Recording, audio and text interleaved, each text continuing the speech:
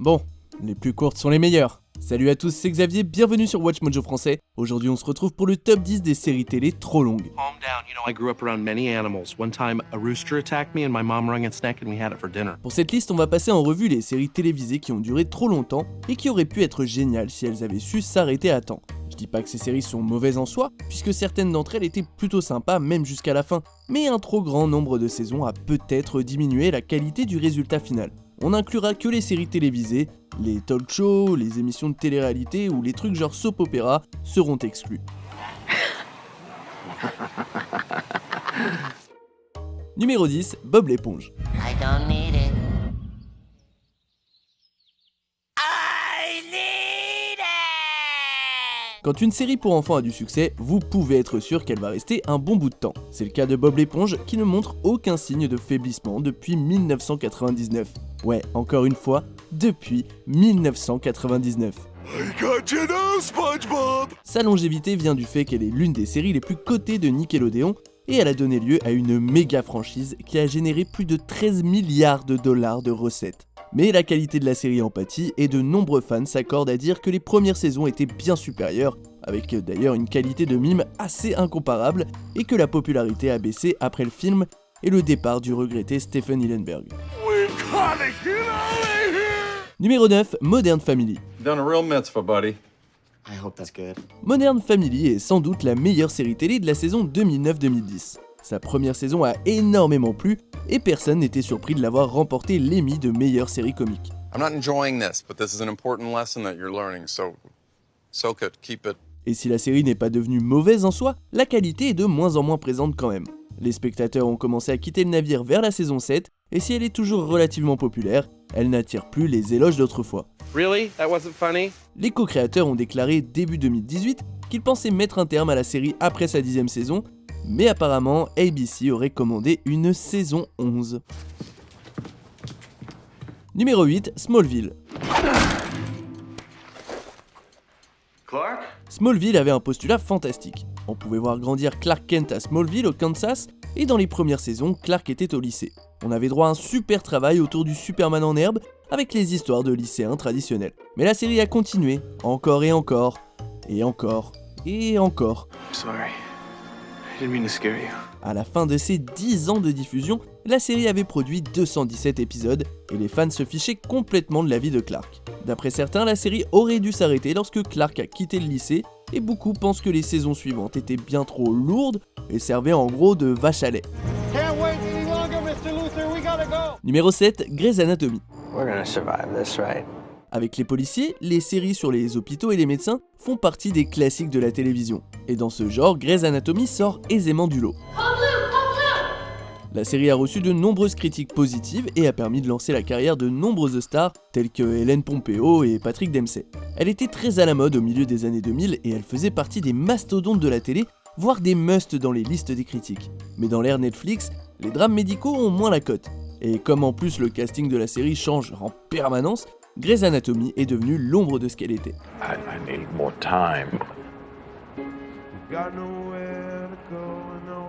I don't have any more time to give. Numéro 6, Pretty Little Liars. Yeah, I feel like I need to think about it before I can talk about it.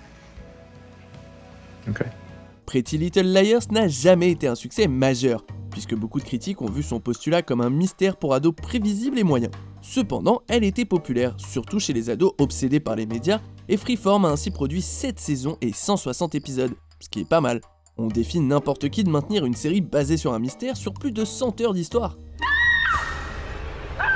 Les dernières saisons ont été sévèrement critiquées pour leur côté lèche-botte envers les réseaux sociaux, aux dépens d'une histoire cohérente, et la série est devenue de plus en plus bizarre. Avec un mauvais rythme et des intrigues insensées, la série aurait dû s'arrêter au bout de 2 saisons, max. Story time's over.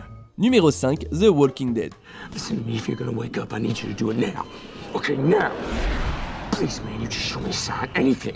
Ça me fait mal, mais c'est bon, la série a eu son heure de gloire. Il est temps de partir là. The Walking Dead était très populaire lors de ses 6 premières saisons environ, et battait souvent des records d'audience. Mais plus on avance, plus elle devient prévisible et banale.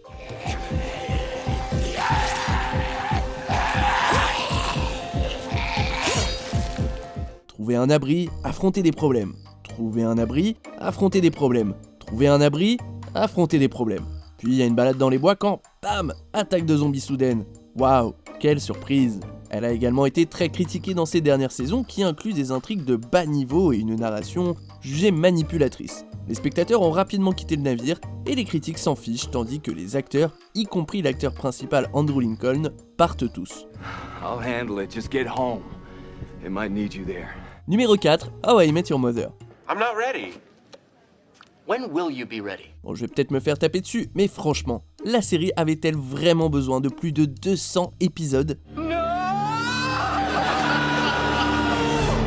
Les fans et critiques se sont lassés vers la saison 5, quand la série s'est clairement mise à juste lancer des blagues un peu moyennes, et puis qu'elle s'est perdue dans sa narration. Life is short. I figured slap ADM. Les saisons suivantes ont été très critiquées parce qu'elles étaient d'une grande platitude. Même Jason Segel a critiqué la série en 2010, en insultant ses blagues prévisibles et en affirmant qu'il n'avait plus rien à offrir à Marshall. Si la série s'en était tenue à son histoire, et qu'elle s'était arrêtée à la saison 2 ou 3, elle aurait pu être la meilleure sitcom du monde.